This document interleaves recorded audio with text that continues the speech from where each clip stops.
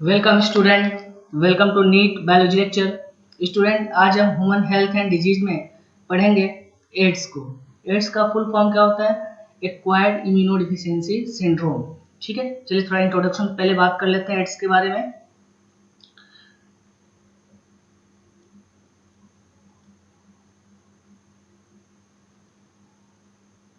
तो देखो, अगर आप एड्स की बात करो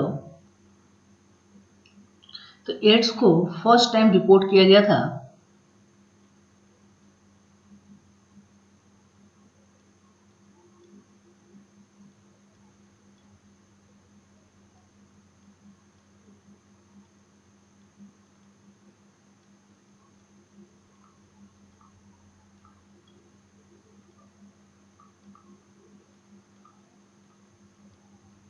रिपोर्टेड इन 1981। ठीक है, एड्स को फर्स्ट टाइम कब रिपोर्ट किया गया था? 1981 में। ठीक है, फर्स्ट टाइम एड्स को डिटेक्ट किया गया था एक होमोसेक्सुअल मेल में, यानी फर्स्ट टाइम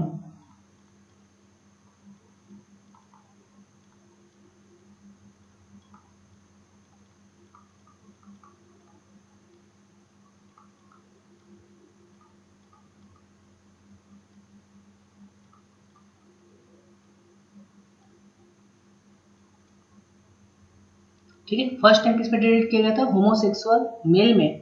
कहाँ किया गया था? In USA. ठीक है, यूएसए में कहाँ किया गया था? At the centre of disease control Atlanta.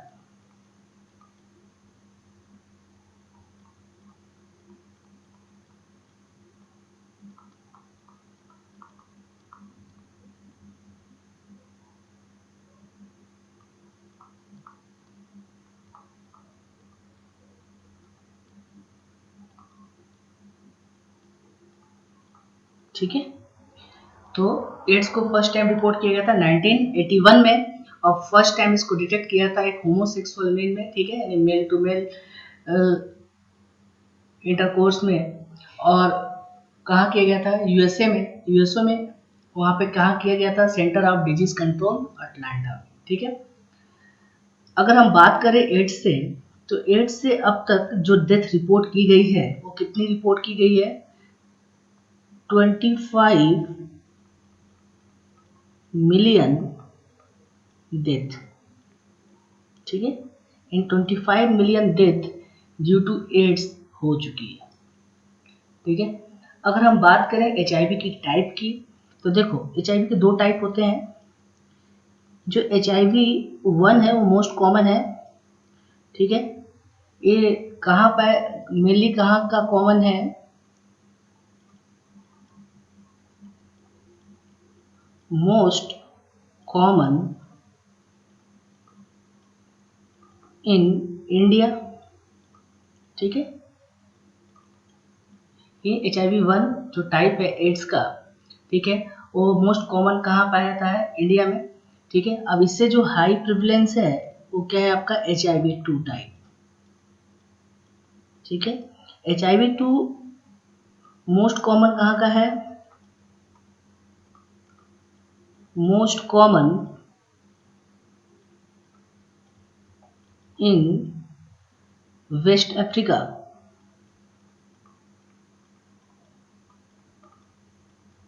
ठीक है, तो थोड़ा आप याद रखेंगे HIV के भी दो टाइप्स है, HIV-1, HIV-2। HIV-1 क्या है, थोड़ा बोल सकते हो कि कम वायलेंट है।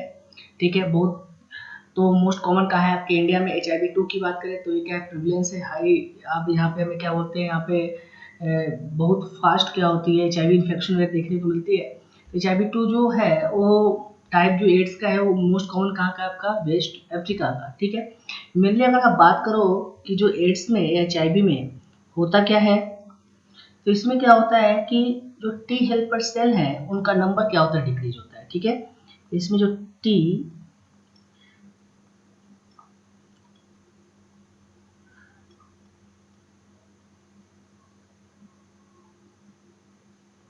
टी हेल्पर सेल जो होते हैं, जो इम्यून सेल हैं, इनका क्या होता है? नंबर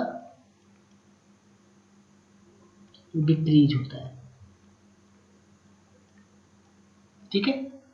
चलिए इसके बाद जो हम नेक्स्ट बात करेंगे वो हम बात करेंगे HIV वायरस के स्ट्रक्चर के बारे में। ठीक है, चलिए थोड़ा पहले देख लेते हैं। HIV वायरस का जनरली जो स्ट्रक्चर होता है वो कैसा होता है, रफली स्फेरिकल होता है। कैसा होता है, रफली स्फेरिकल। ठीक है, अगर इसके बात करें साइज की तो ये अप्रोक्स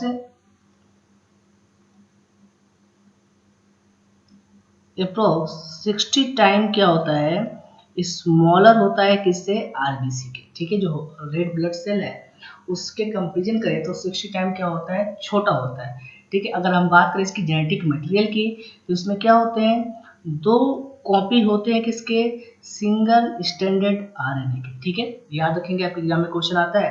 ठीक है, आगे देखें तो इसमें जो आरएनए होता है, जेनेटिक मटेरियल होता है, वो किससे इनक्लोज्ड होता है, एक कोनिकल कैप्सिड से। भी स्ट्रक्चर भी देखेंगे किससे इनक्लोज होता है, एक कोनिकल कैप्सिड से, जो किसका बना होता है, 2000 कॉपी ऑफ वायरल प्रोटीन से। किससे बना होता है, 2000 कॉपी ऑफ वायरल प्रोटीन से। उसका नाम क्या है, P24। क्या नाम है उसका, P24। ठीक है, फिर आगे देखें, जो अब तो देखो जो आरएनए यानी जो जेनेटिक मटेरियल है वो टाइटली बॉन्ड किससे है, न्यूक्लियो कैप्सिड प्रोटीन से। किससे टाइटली बाउंड है, न्यूक्लियो प्रोटीन कैप्सिड से।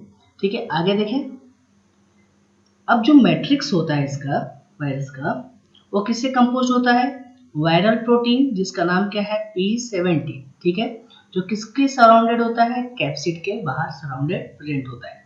ठीक है, अब आगे देखें, मैट्रिक्स भी किसके सराउंडेड होता है, तो मैट्रिक्स सराउंडेड होता है एक वायरल इनवेलप से, जो किसके बने होते हैं, 2 लेयर। इसमें क्या होती है, फॉस्फोलिपिड की प्रेजेंट होती है। ठीक है, तो सबसे बाहर क्या हुआ, 2 लेयर फॉस्फोलिपिड का प्रेजेंट हुआ, उसके अंदर क्या हुआ आपका मैट्रिक्स प्रेजेंट है, जो किसका प्रेजेंट है, आपका वायरल P70। उसके बाद हम बात करें कैप्सिड, जो किसका है, आपका P24 का।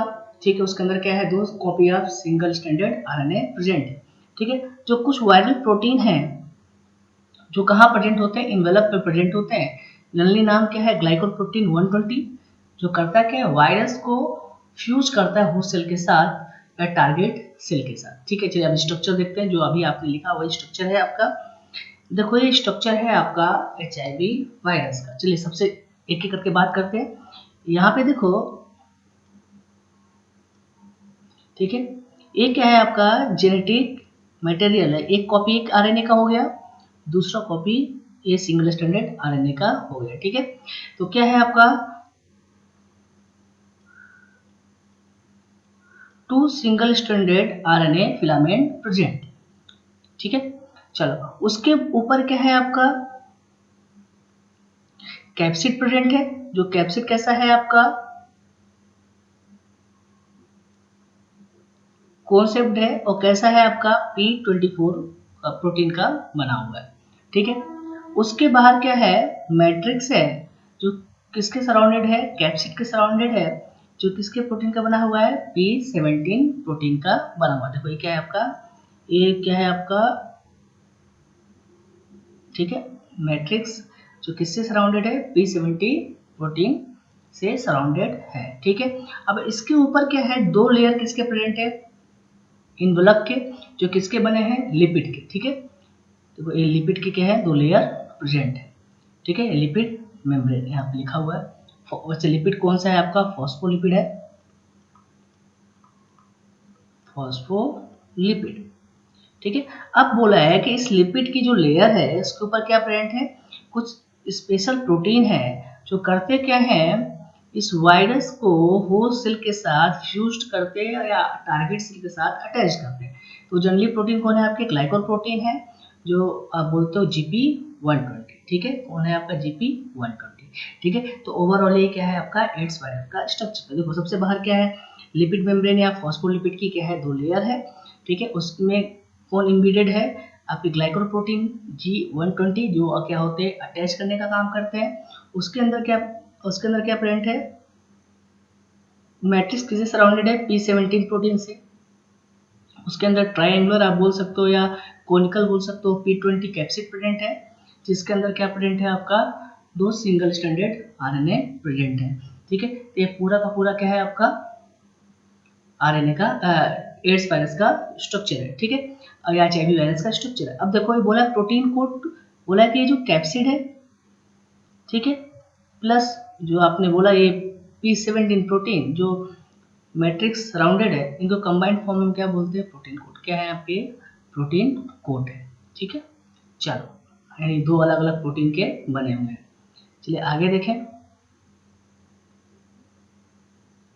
इसके बाद हम देखेंगे एचआईवी वायरस ट्रांसफर कैसे होता है, ठीक है। तो यहाँ पे मैंने लिखा हुआ है, तो आप देखेंगे ध्यान से। पहला, अगर अनप्रोटेक्टेड सेक्सुअल इंटरकोर्स कोई पर्सन करता है इन्फेक्टेड पार्टनर के साथ तो एचआईवी हो सकता है, ठीक है।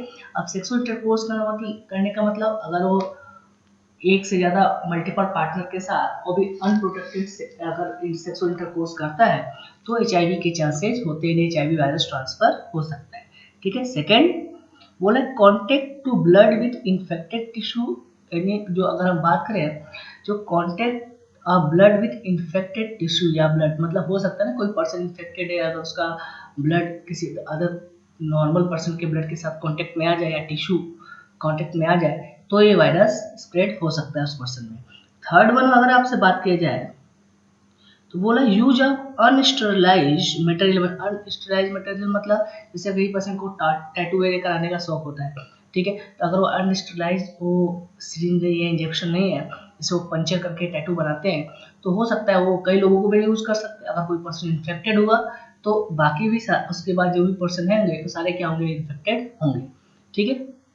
नेक्स्ट बोला है कि लास्ट वन क्या है, फ्रॉम मदर टू फीटस। अगर मदर क्या है एचआईवी पॉजिटिव है तो फीटस में भी क्या होगा, ये एचआईवी वायरस, ठीक है, जा सकता है, ठीक है। चलिए नेक्स्ट बोला है कि नेक्स्ट वर्ड कैसे आ सकता है, एक तो फीटस में आ सकता है, दूसरा अगर नहीं भी गया तो मदर से चाइल्ड में जा सकता है, कब, ड्यूरिंग लैक्टेशन। अगर वो जब चाइल्ड का बर्थ होता है तो मदर से अगर लैक्टेशन वगैरह उसको मिलता है चाइल्ड को, तो अगर मदर क्या है एचआईवी पॉजिटिव है तो चाइल्ड में भी ये जा सकता है, ठीक है। नेक्स्ट क्या है आपका, it's does not spread through touch, again sharing meal, ठीक है, shaking hand, mosquito bite, coughing, sneezing, ठीक है। आज बहुत लोगों में क्या है डाउट है, उनको ऐसा लगता है कोई पर्सन इन्फेक्टेड है तो उससे बिल्कुल सोसाइटी अलग हो जाती है और उसको बिल्कुल अलग कर देते हैं, पर ऐसा नहीं करना चाहिए। एयर जनरली स्प्रेड किससे नहीं होता, टच से, यानी इन्फेक्टेड पर्सन को टच करने से नहीं फैलता क्योंकि इन्फेक्शन डिजीज में नहीं आता, ठीक है। दूसरा आप बोलते हो कि हक करने से नहीं होता, मील को उनके खाने को शेयर करने से नहीं होगा, हैंड को शेक करने से नहीं होगा, मॉस्किटो बाइट से भी नहीं हो सकता है, ठीक है, कफ से भी नहीं होगा, ठीक है। बाकी आप बात करो स्नीजिंग वजह से, इनसे क्या होता है एड्स स्प्रेड नहीं होता, ठीक है। मेनली जो ट्रांसमिशन का मोड था वो आपको बताया गया। चलिए अब देखेंगे इन्फेक्शन एक्चुअली होता कैसे है, ठीक है। चलिए बात करते हैं इन्फेक्शन का। तो देखो होता क्या है इसमें जब वायरस किस में इंटर कर लेता है, होस्ट बॉडी के अंदर यानी पर्सन के अंदर, तो किस में इंटर करता है उसके बाद जाके मैक्रोफेजेज में, ठीक है। तो ध्यान रखते हैं कोई पर्सन है, अगर कोई एड्स वायरस या एचआईवी वायरस पर्सन में इंटर हुआ तो उसके बाद वो कहाँ जाएगा, मैक्रोफेजेज में इंटर करेगा, ठीक है। मैक्रोफेज में इंटर करने के बाद यहाँ पर होता क्या है, जो आरएनए का जो जीनोम होता है, जो एचआईवी वायरस का जो जीनोम है आरएनए, ठीक है, वो रिप्लिकेट करता है और क्या फॉर्म करता है, वायरल डीएनए। क्या फॉर्म करता है, वायरल डीएनए। अब आरएनए है, आरएनए से क्या बन रहा है, वायरल डीएनए बन रहा है। तो यहाँ पे जो प्रोसेस होती है जो है उस प्रोसेस को हम क्या बोलते हैं, रिवर्स ट्रांसक्रिप्शन, ठीक है। क्या होता है, रिवर्स ट्रांसक्रिप्शन। अब इसके लिए जो एंजाइम है वो रिवर्स ट्रांसक्रिप्टेज एंजाइम, ठीक है। चलो आगे देखें। अब चलो वायरल डीएनए बन गया, तब ये एचआईवी जो वायरस है वो वायरल डीएनए वाला एचआईवी वायरस है जो किसमें इंटर करता है, टी हेल्पर सेल में। किसमें इंटर करता है, टी हेल्पर सेल में। जब टी हेल्पर सेल में इंटर करता है तो करेगा क्या, कंटिन्यूअस डिवाइड करेगा एंड मल्टीप्लाई होता रहता है, ठीक है, ठीक है। अब जब होगा मल्टीप्लाई तो जो प्रोजनी वायरस बनेंगे, ठीक है, मल्टीप्लाई होगा जो प्रोजनी वायरस बनेंगे वो कहाँ रिलीज हो जाते हैं, ब्लड में रिलीज हो जाते हैं और क्या करते हैं, और अनदर टी हेल्पर सेल को क्या करते हैं, वो अटैक करते हैं। तो होगा क्या कि बार बार क्या हो रहा है, टी हेल्पर सेल पे अटैक करेगा तो जो टी हेल्पर सेल का जो काउंट है वो होता क्या है, डिक्रीज होने लगता है, ठीक है, बहुत तेजी से। जब टी हेल्पर सेल का काउंट डिक्रीज हो जाएगा तो पर्सन को आसानी से क्या होगी, फीवर, डायरिया, वेट लॉस, ये सारे सिम्टम्स आने लगते हैं, ठीक है। साथ साथ जो टी हेल्पर सेल डिक्रीज हो रहा है तो उस पर्सन में इम्यून सिस्टम इन्फेक्शन होने लगता है, क्योंकि मेन आपकी एंटीबॉडी प्रोडक्शन सेल क्या है, आपका टी सेल है, ठीक है। जब टी सेल ही इन्फेक्टेड हो जाएगी, टी सेल पे ही अटैक कर लेगा वो आरएनए जो HIV वायरस, तो होगा क्या, वो टी सेल को अटैक करेगा, डिस्ट्रॉय करेगा उनको, तो एंटीबॉडी प्रोडक्शन नहीं होता, तो उस पर्सन को इम्यून सिस्टम इन्फेक्शन होने लगता है, या बोल सकते हो कि उनकी इम्यूनिटी बिल्कुल ही खत्म होने लगती है, स्लो हो जाती है, ठीक है। नेक्स्ट, तो हम बोलते क्या है, तो पर्सन बिकम इम्यूनोडेफिशिएंट, यानी पर्सन क्या होती है, इम्यूनोडेफिशिएंट हो जाती है, यानी इनकी एंटीबॉडी की अगर रेजिस्टेंस पावर की बात करो तो बिल्कुल क्या होती है, वो जीरो हो जाती है, खत्म हो जाती है, ठीक है। तो ये था आपका मोड ऑफ इन्फेक्शन का ट्रांसमिशन, कैसे ट्रांसफर होता है, ठीक है। चलो एक फ्लो चार्ट के फॉर्म में भी दिया हुआ है, तो यहाँ पे क्या है, रेट्रोवायरस एंड वायरल, ठीक है। ये viral core and viral normal cell को इन्फेक्ट करेगा, ये एनिमल सेल दे रखा है, उसके वायरस क्या करेगा, इन्फेक्ट करेगा, ठीक है। तो यहाँ पे क्या फॉर्म करेगा, वायरल डीएनए, किसके बेसिस पे, रिवर्स ट्रांसक्रिप्टेज एंजाइम के बेसिस पे। अभी वायरल जो आरएनए है वो किसी इनकॉर्पोरेट होगा होस्ट जीनोम के साथ, होस्ट जीनोम के साथ इनकॉर्पोरेट होगा, तो जो new viral infected cell form होंगे, ठीक है, यानी न्यू जो वायरस प्रोड्यूस होंगे वो कहाँ रिलीज किए जाएंगे, आरबीसी को। आरबीसी में जब ये रिलीज होगा तो अदर क्या करेगा, टी सेल वेरे को क्या करेगा, वो इन्फेक्ट करेगा। अब टी सेल वेरे को जब इन्फेक्ट करेगा तो होगा क्या, इम्यूनिटी क्या होगी, डिक्रीज होगी, ठीक है। तो वही जो आपने लिखा वो फ्लो चार्ट में बना हुआ है। तो इसमें क्या होता है, सबसे पहले वायरस बॉडी के अंदर जाएगा, ठीक है, हेल्प कौन करेगा, GP120। जब वो जाएगा होस्ट सेल से अटैच होगा, फिर वो कहाँ इंटर करेगा, मैक्रोफाज में। मैक्रोफाज में जब इंटर करेगा तो वहाँ पे करेगा क्या, अपने आप को जो वायरल जो आरएनए जीनोम था वो उसमें रिप्लिकेट हो जाएगा वायरल डीएनए में। अब डीएनए में जब रिप्लिकेट हो गया तो वो क्या करेगा, टी हेल्पर सेल को इन्फेक्ट करेगा, वहाँ पे मल्टीप्लाई करेगा, उसके बाद वो कहाँ रिलीज हो जाएगा, ब्लड में। ब्लड में जब जाएगा न्यू सेल तो आगे जाके फिर न्यू टी हेल्पर सेल को अटैक करेंगे। ऐसे करते करते क्या होती है, टी हेल्पर सेल का काउंट डिक्रीज हो जाता है और इम्यूनिटी बिल्कुल क्या होती है, खत्म होने लगती है, ठीक है। जिसके बेसिस पे बाकी भी सिम्टम्स आने लगते हैं, फीवर है, डायरिया है, कफिंग वगैरह, ये सारे क्या होते हैं, सो होने लगते हैं। तो ये क्या है आपका एड्स का मोड ऑफ इन्फेक्शन, ठीक है, या रेट्रोवायरस का इन्फेक्शन। चलिए अब इसमें हमें सिम्टम्स की अगर हम बात करें HIV में,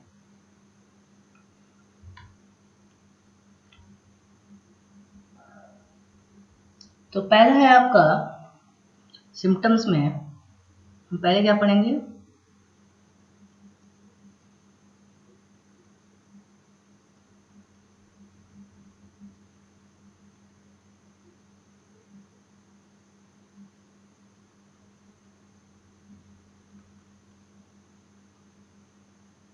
फर्स्ट हम देखेंगे ए सिम्टोमेटिक फेज, मतलब यहाँ पे जो इन्फेक्शन होता है एक्चुअली क्या होता है पता नहीं लगता, ठीक है। यहाँ कोई स्पेसिफिक सिम्टम्स वगैरह दिखाई नहीं देते। जैसे होता क्या है, बोला है for 5 to 10 year antibodies produce नहीं होती किसके अगेंस्ट, HIV के। Antibody are not produce against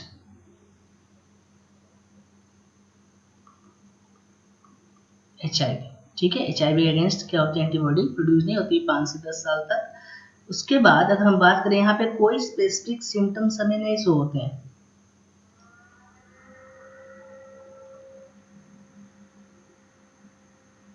जैसे आपने बोला ना, डायरिया है, फीवर है, वेट लॉस है, ये सब हमें दिखाई नहीं देता है, ठीक है। आगे अगर हम बात करें, ठीक है, यहाँ पे जो एलाइजा टेस्ट करते हैं जो प्रोटीन डिटेक्शन के लिए,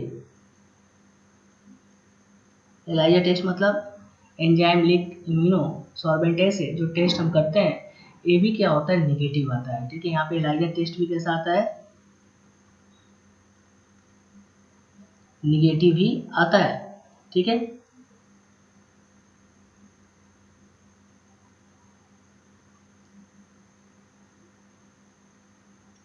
बाकी अगर अदर बात करो तो यहाँ पे फीवर की अगर हम बात करें तो 2 से 4 वीक तक क्या होता है, हमें फीवर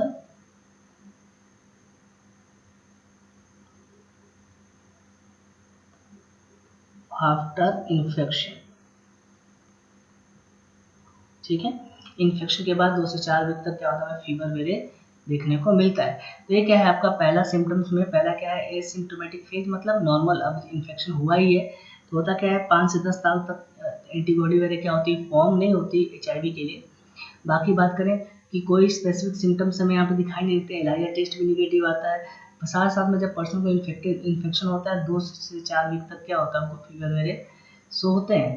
ठीक है, बट अगर एड्स क्या है फुल ब्लूम में है, बहुत तेजी से फैल रहा है, तब बाकी जो आपको सिम्टम्स बताए गए हैं, जैसे आपको बोला गया डायरिया, वेट लॉस, ठीक है, पर्सन में क्या है इम्यूनो डेफिशिएंट होना,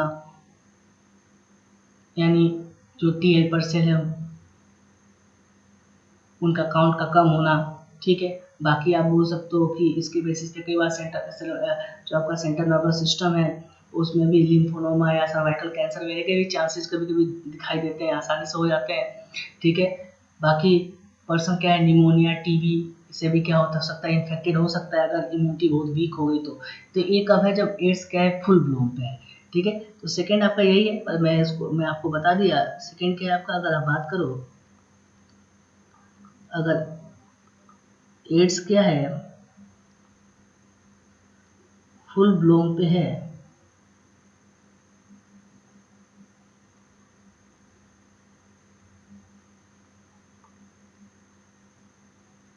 तो बाकी जो सिम्टम्स आपको बताए गए हैं, जैसे आपका पता है ना, फीवर है, डायरिया है,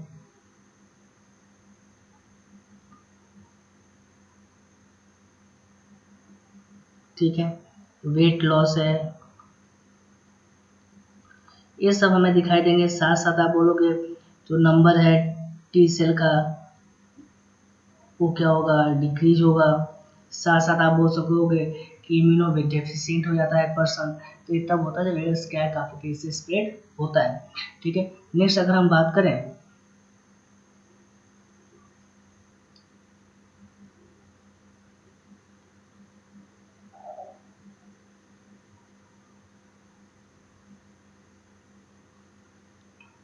इसके बाद हम बात करेंगे डायग्नोसिस की। किसकी बात करेंगे हम, डायग्नोसिस की। ठीक है, तो एड्स के लिए अगर हम डायग्नोसिस की बात करें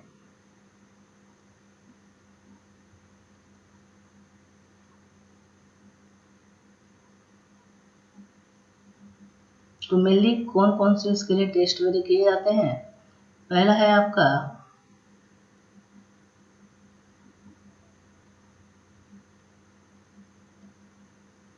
एलाइजा टेस्ट, पूरा नेम मैं आपको वैसे बता चुका हूँ। नेम क्या है इसका, एंजाइम लिंक इम्यूनो सॉर्बेंट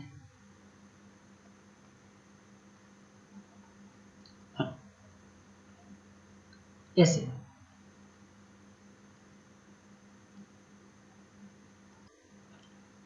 तो देखो इसमें हम करते क्या है मेनली, इसमें हम डिटेक्शन करते हैं प्रोटीन का। ठीक है, इसमें हम क्या करते हैं, ये सेंसिटिव टेस्ट है किसके लिए,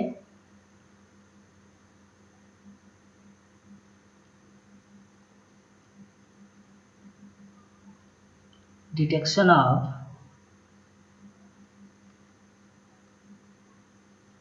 प्रोटीन। ठीक है, साथ साथ हम करते क्या है, वेस्टर्न ब्लॉट करते हैं।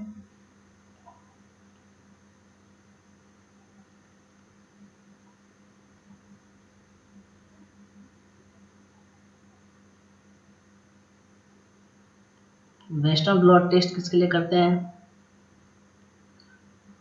एंटीबॉडी के लिए।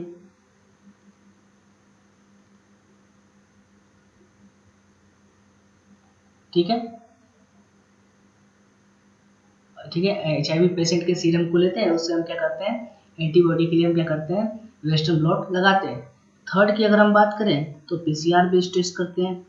PCR बेस्ड मतलब पॉलीमरेज चेन रिएक्शन के बेसिस पे क्या करते हैं, मल्टीप्लिकेशन वगैरह देखते हैं DNA का, उसके बेसिस पे हम क्या करते हैं, टेस्टिंग वगैरह करते हैं। तो PCR बेस्ड टेस्ट किसके लिए करते हैं, एड्स में। तो 3 टेस्ट है, ELISA, वेस्टर्न ब्लॉट और PCR बेस्ड टेस्ट। ठीक है, नेक्स्ट हम बात करेंगे इसके बाद ट्रीटमेंट की। हम क्या ट्रीटमेंट करेंगे इन पेशेंट में। चलिए अगर हम ट्रीटमेंट की बात करें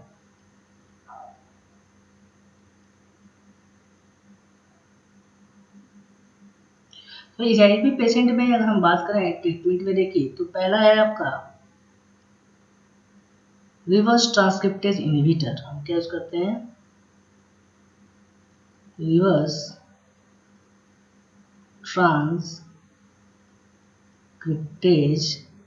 इनहिबिटर। ठीक है, शॉर्ट फॉर्म में इसका जो नेम है वो क्या है आपका,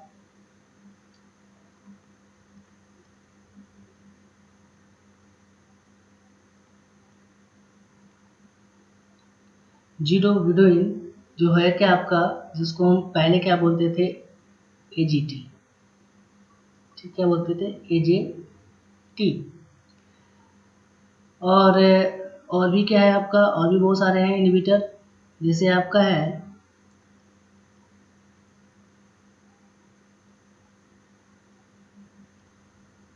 स्टेबिडिन। नेक्स्ट क्या है आपका ट्राइजीवीर। नेक्स्ट क्या है आपका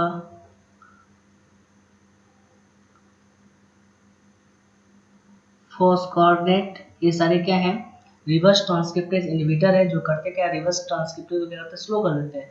तो वायरस जो इन्फेक्शन है वो क्या होता है, थोड़ा स्लो हो जाता है। ठीक है, बाकी भी है, जिससे क्या आपका DDI है। DDI का फुल क्या है, डाई डीएक्सी मीडिन, फुल फॉर्म लिख देता हूँ।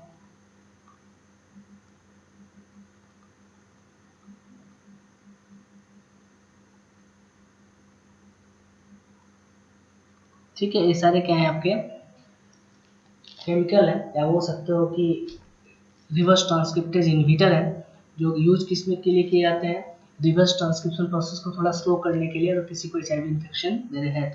ठीक है, दूसरा क्या है प्रोटीएज इनहिबिटर। क्या प्रोटीएज इनहिबिटर, प्रोटीएज इनहिबिटर का क्या रोल है, ये भी करता क्या है, प्रोटीन, आप बोल सकते हो ना कि ये जो मल्टीप्लिकेशन प्रोसेस है उसको स्लो करता है। जैसे अगर हम बात करें, इसमें कौन है आपके,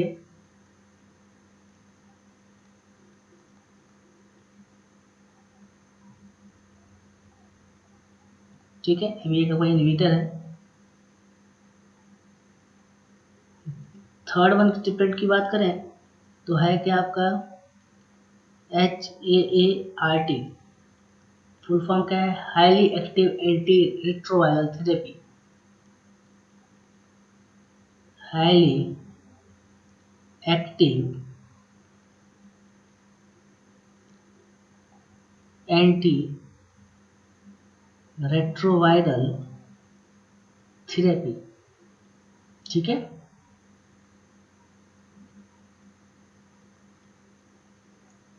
इसमें करते क्या है, both transcription inhibitor and protease inhibitor दोनों को यूज करते हैं।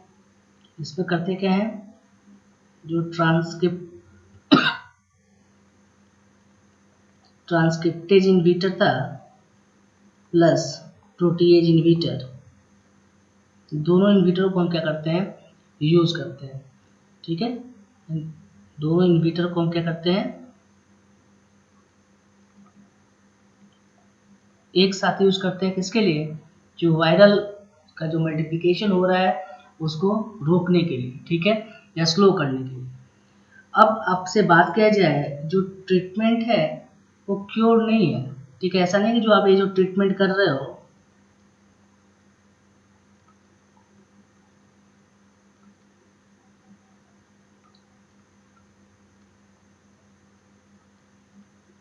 ये क्या है, क्योर नहीं है। बस करता क्या है कि जो वायरल लोड है,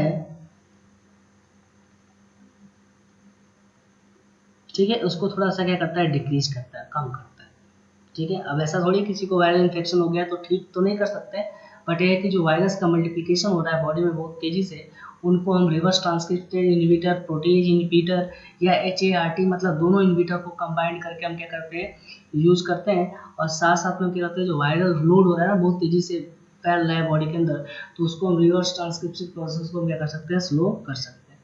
अब प्रिवेंशन क्या है इसके लिए, एड्स के लिए, चलिए प्रिवेंशन देख लेते हैं।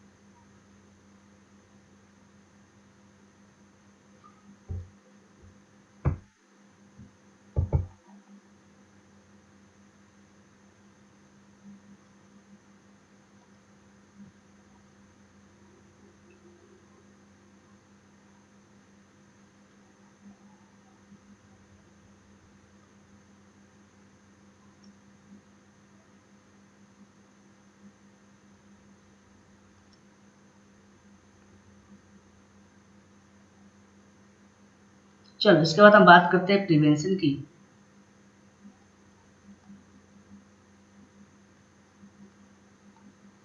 तो क्या क्या प्रिवेंशन कर सकते हैं वायरल इन्फेक्शन को रोकने के लिए।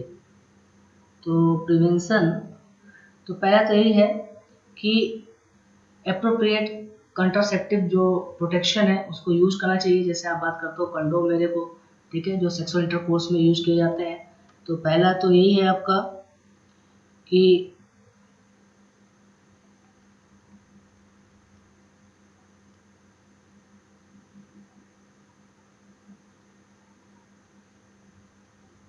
या आप बात करो प्रोटेक्शन,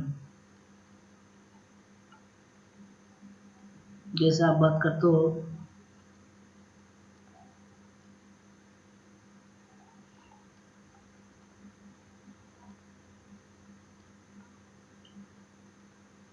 सेक्सुअल इंटरकोर्स में,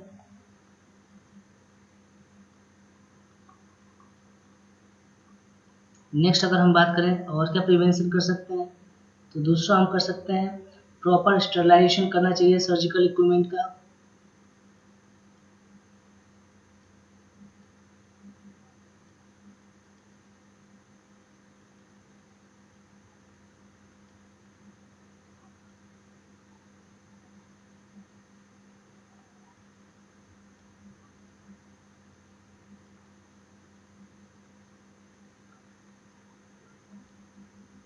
नेक्स्ट अगर हम बात करें और क्या करेंगे,